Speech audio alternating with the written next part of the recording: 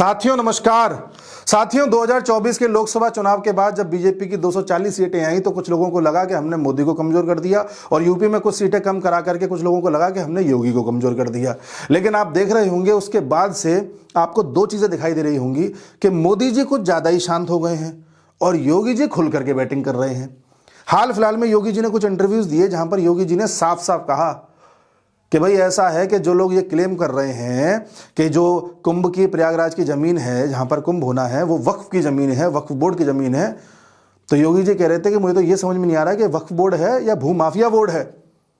सोचिए, इतना ब्लंट, इतना स्पष्ट कोई राजनेता कभी बोला है इस देश में? हर कोई मुसलमानों को खुश करने के लिए कभी कॉन्स्टिट्यूशन से खेलता है, कभी जबरदस्ती के नियम कायदे कानून बनाता है, दंगे हो रहे हैं तो होने देता है, राम मंदिर जब बन रहा था तो कार सेवक को गोली चलवाता है सिर्फ इसलिए कि मुसलमान खुश हो जाएं। जहां पर मुसलमानों को खुश करने के लिए इस तरह की राजनीति चलती है, मोदी जी भी, हालांकि उनकी जो मोदी जी की पॉलिसीज हैं वो सब देश हित में हैं, लेकिन मोदी जी भी कभी इस तरह से ब्लंटली नहीं बोलते। योगी जी अपने स्पष्ट बैटिंग कर रहे हैं कि ऐसा है, रहना इस देश में कायदे से रहो, चाहे किसी भी धर्म का हो, किसी भी पंथ का हो। तो योगी जी ने साफ साफ कहा, यह भूमाफियागिरी यहाँ नहीं चलेगी। फिर योगी जी से पूछा गया, आप कुंभ का आयोजन करा रहे हैं, कुंभ के आयोजन को लेकर के आपका क्या प्रशासनिक जो है पूरा ढांचा है, किस तरह से आपने इंतजाम किए हैं? तो साहब योगी जी का कहना था कि लगभग 40 से 45 करोड़ लोग आने की संभावना है कुंभ में, डायरेक्टली और इनडायरेक्टली उससे जुड़ेंगे। और योगी जी का कहना है कि ऐसा इंतजाम है कि आप आकर के देख लेना। हालांकि इस चीज़ को तो हम भी मानते हैं कि यूपी में प्रशासनिक मामलों में, कानून व्यवस्था मामले में योगी जी का कोई सानी नहीं है। हालांकि गुरपतवंत सिंह पन्नू ने इस बात की धमकी दी है कि मैं कुंभ में देख लूंगा, कुछ तत्व होंगे जो उसमें शरारत करने की कोशिश करेंगे, लेकिन योगी जी ने उसके लिए भी आश्वस्त कर दिया है। फिर योगी जी से पूछा गया कि इस देश में जो है ये जाति जाति बहुत चल रहा है, इस पर आप क्या कहेंगे? तो योगी जी का कहना था, देखो कुछ यहाँ पर तत्व ऐसे हैं, कुछ पॉलिटिकल पार्टीज हैं जिनका काम है हिंदुओं को बांटना। वो लंबे समय से हमको बांटने का प्रयास करते आए हैं और जो दूसरा समुदाय है उसको एक रखने का प्रयास करते चले आए हैं। तो योगी जी का कहना था, मैंने इसलिए बोला है बटोगे तो कटोगे, किसी को बंटना नहीं है, सबको एक रखना है, एक होगे तो सेफ होगे। इस पर भी उन्होंने साफ साफ कह दिया। और योगी जी का यह भी कहना था कि कुंभ से बड़ा एग्जाम्पल कुछ हो ही नहीं सकता कि इस देश में कभी भेदभाव था ही नहीं, ये तो अब पैदा किया गया है।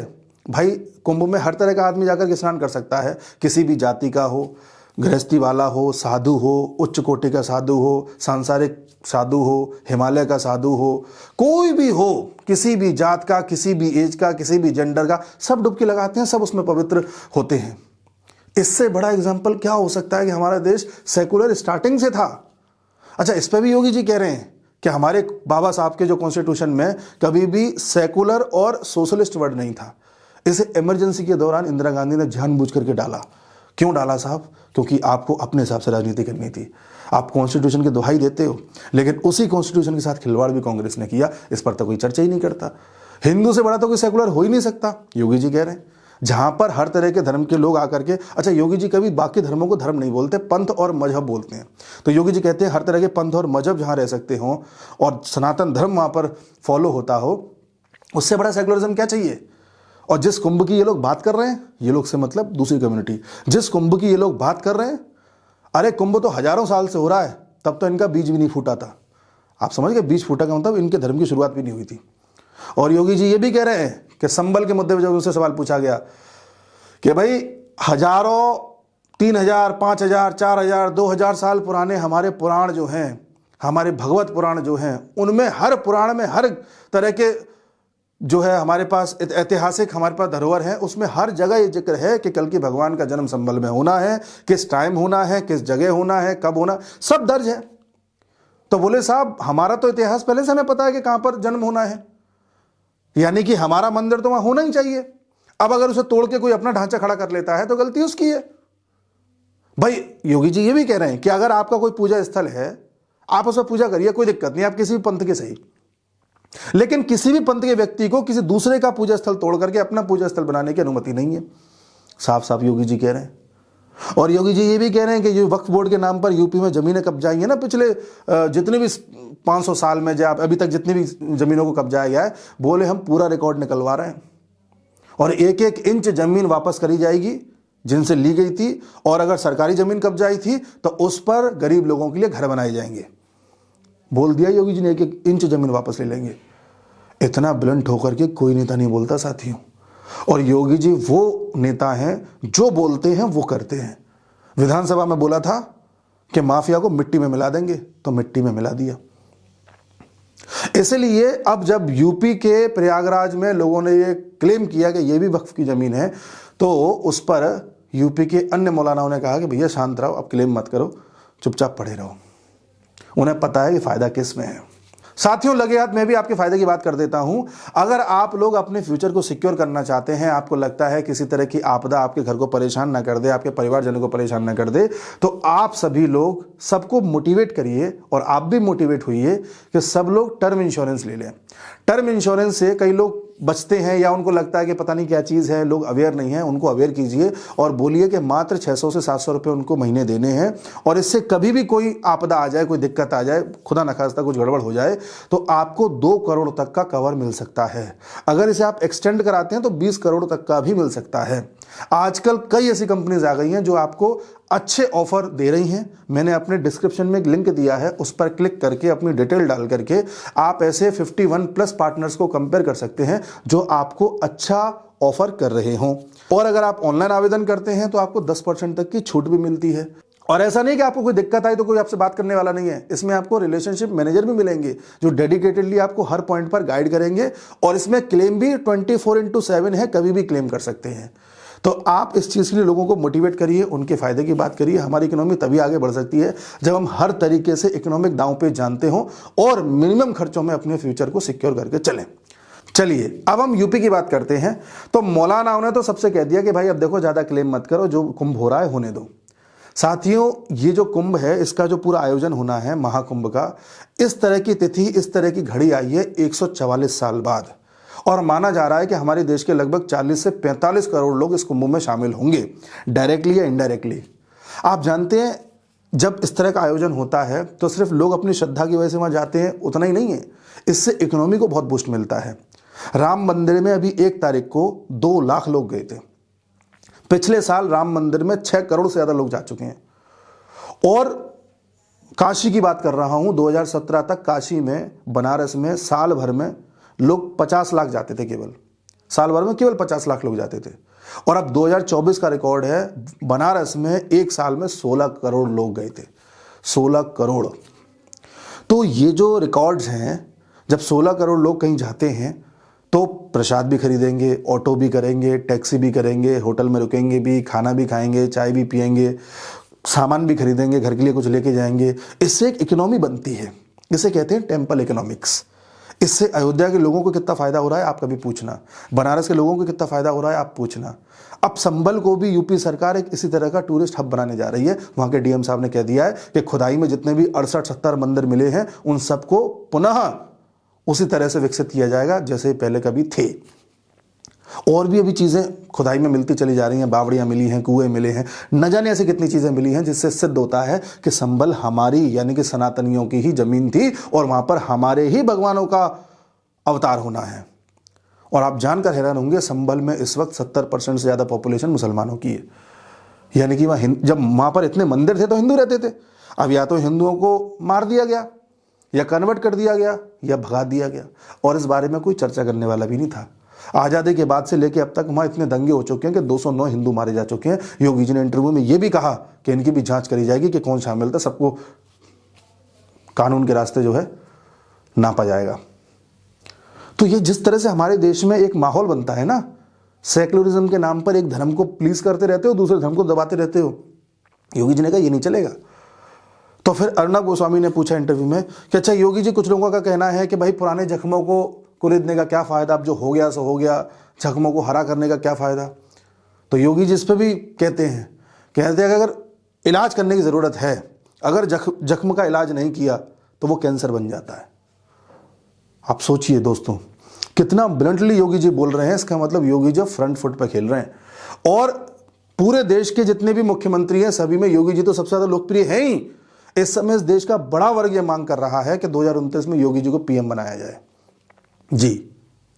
लेकिन आप सभी से मैं कह दे रहा हूं, इस वीडियो को आप सेव कर लेना, मैं इस पर एक डेडिकेटेड वीडियो और बनाऊंगा।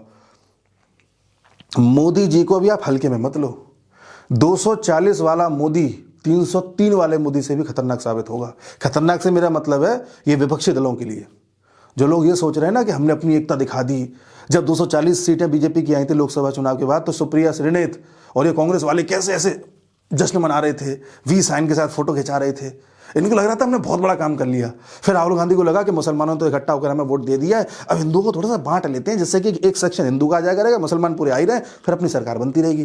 तब से राहुल गांधी ने लगातार वही जाति जाति जाति, अरे मिस इंडिया में कितनी जाति हैं, अरे बजट वाला बनाने वाले कितनी जाति के हैं, हर जगह जाति जाति पूछ रहे थे। क्यों साहब, आपने मुसलमानों में तो कभी जाति नहीं पूछी, हिंदुओं में ही बार बार क्यों पूछते हो? क्योंकि आप हमें ये महसूस कराना चाहते हो कि हम हिंदू नहीं, हम या तो पंडित हैं, जाट हैं, बनिया हैं, ब्राह्मण हैं, यही सब हैं, दलित हैं। नहीं साहब, हम हिंदू हैं, इस देश के हिंदू, और सब बराबर हैं हमारे देश में। हमारे देश में जातिवाद कभी नहीं था साहब, हमारे किसी ऐतिहासिक पुराण में आपको नहीं मिलेगा। ये सब बाद में आपने करवाया जानबूझ करके अंग्रेजों के काल से। हमारे यहाँ वर्ण व्यवस्था थी। वर्ण का मतलब होता है कि अगर कोई आदमी टीचर है तो उसे ब्राह्मण बोला जाएगा, अगर उस टीचर का बेटा बिजनेसमैन है तो उसे वैश्य बोला जाएगा, अगर उस टीचर का बेटा कहीं सरकारी नौकरी कर रहा है, प्राइवेट नौकरी कर रहा है, किसी का नौकरी कर रहा है तो उसे दलित बोला जाएगा। अगर मान लीजिए किसी सोल्जर है, पुलिस में है, किसी ऐसी जगह पे है जहाँ से डिफेंस का काम होता है, तो उसे फिर जो है क्षत्रिय बोला जाएगा। तो हर किसी को काम के अनुसार बोलते थे। आज भी आप देखते होंगे हम लोग कहते हैं कि भाई अरे वो तो सुनहार है, अरे वो तो बढ़ई है, अरे वो तो कुम्हार है। तो इसका मतलब ये नहीं है कि हम जाति, हम भी उसका पेशा बताने की कोशिश करते हैं। तो ये जातीय सिस्टम जो आज कहा जा रहा है, ये वर्ण व्यवस्था थी, और किसी की जाति या वर्ण बोलने से उसका पेशा पता चलता था कि ये है। जैसे आज हम कहते हैं बिजनेसमैन है, आपका लोगों को कह देगा कि बिजनेस भी एक जाति है, तो भाई ये कहते रहो, उसमें क्या है। तो इस पर भी योगी जी ने कहा, और योगी जी ने यह भी कहा कि भाई देश की सांस्कृतिक पुनरुत्थान करना जरूरी है। जो मोदी जी कर रहे हैं उसी को आगे बढ़ाने की आवश्यकता है, यानी कि इस देश को ये रियलाइज कराने की आवश्यकता है कि हम लोगों का पोटेंशियल क्या था, हमारा इतिहास कितना गौरवशाली था, हम संस्कृति में सबसे उच्चतम बिंदु पर खड़े थे, हम वैज्ञानिक रूप से भी काफ़ी उच्चतम थे, हम गणित में भी काफ़ी महान थे, लेकिन हमारे कॉन्फिडेंस को जानबूझ करके दबाया गया, हमको बांटा गया, बांट करके कन्वर्ट किया गया। फिर योगी जी से ये भी पूछा कि अच्छा कन्वर्ट होने पर अगर कोई घर वापसी करता है तो उस पर आप क्या कहेंगे? तो योगी जी कहते हैं अगर सुबह का भूला शाम को घर आ जाए तो इससे अच्छा क्या हो सकता है। ये भी योगी जी कह रहे हैं। तो साहब जिस तरह से योगी जी ने फ्रंट फुट पर आकर के बातें कही, ये किसी की हिम्मत नहीं है। और योगी जी का कहना सीधा सीधा ये है, कानून व्यवस्था रहेगी टॉप पर, आपको व्यवसाय करना है, कायदे से रहना है, आप रहिए, आपके लिए सारी फैसिलिटीज हैं, कोई आपको परेशान नहीं करेगा। लेकिन आप अगर दूसरे को परेशान करेंगे तो कानून का शिकंजा आप पे कसेगा। आप चाहे विकास दुबे नाम के हिंदू हो, या आप अतीक अहमद जैसे मुसलमान हो, या किसी और जाति के हो, कोई फर्क नहीं पड़ता। और हमें भी कोई फर्क नहीं पड़ता, कोई हिंदू मारा जाए मारा जाए, विकास दुबे है तो क्या हुआ, पंडित तो है, मर जाए, कोई दिक्कत नहीं है। अगर अपराधी है तो उसके साथ यही होना चाहिए। हम इस पक्ष के हैं, बाकी लोग क्या कर दिखाएं इस बात को। तो ये योगी जी का साफ साफ था भाई कि तुम संविधान के साथ खेल रहे हो, तुम वक्फ बोर्ड के नाम पर खेल रहे हो, तुम जाति के नाम पर खेल रहे हो, तुम कानून व्यवस्था के नाम पर खेल रहे हो, तुम कन्वर्जन के नाम पर खेल रहे हो। बोले ये सब नहीं चलेगा। और दोस्तों अगर योगी जी पीएम बन गए तो मुझे तो ऐसा लगता है कि कुछ ऐसा इंतजाम ना कर दें कि आर्या पार हो जाए, बड़ा सेकुलरिज्म हो गया। मोदी जी का क्या है, मोदी जी प्यार से चलाते हैं।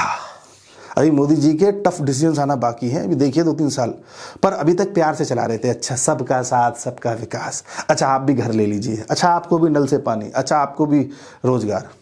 योगी जी का ये नहीं, योगी जी का कायदे से। तो आप देखना आने वाली राजनीति में योगी जी का कद। और एक चीज़ और नोट कर लेना, 2027 का जो यूपी का चुनाव है वो संबल के मुद्दे पे लड़ा जाएगा, संबल के मुद्दे पे।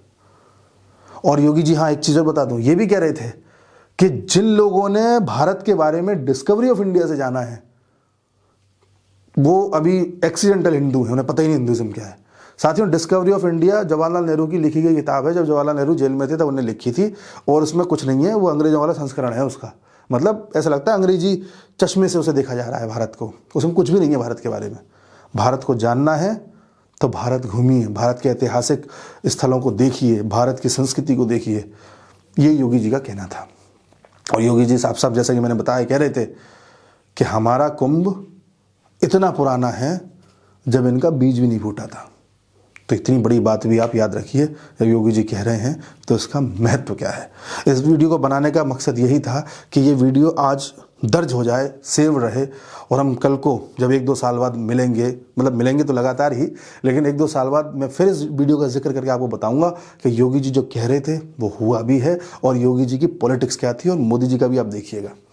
तो यहाँ से शुरुआत है। जिन लोगों को लगा था कि दबा दिया है, आपने दबा नहीं, आपने छेड़ दिया है गलत लोगों को। अब आप देखना, और उधर ट्रंप चचा किसी से कम नहीं है, देखते जाइए आप।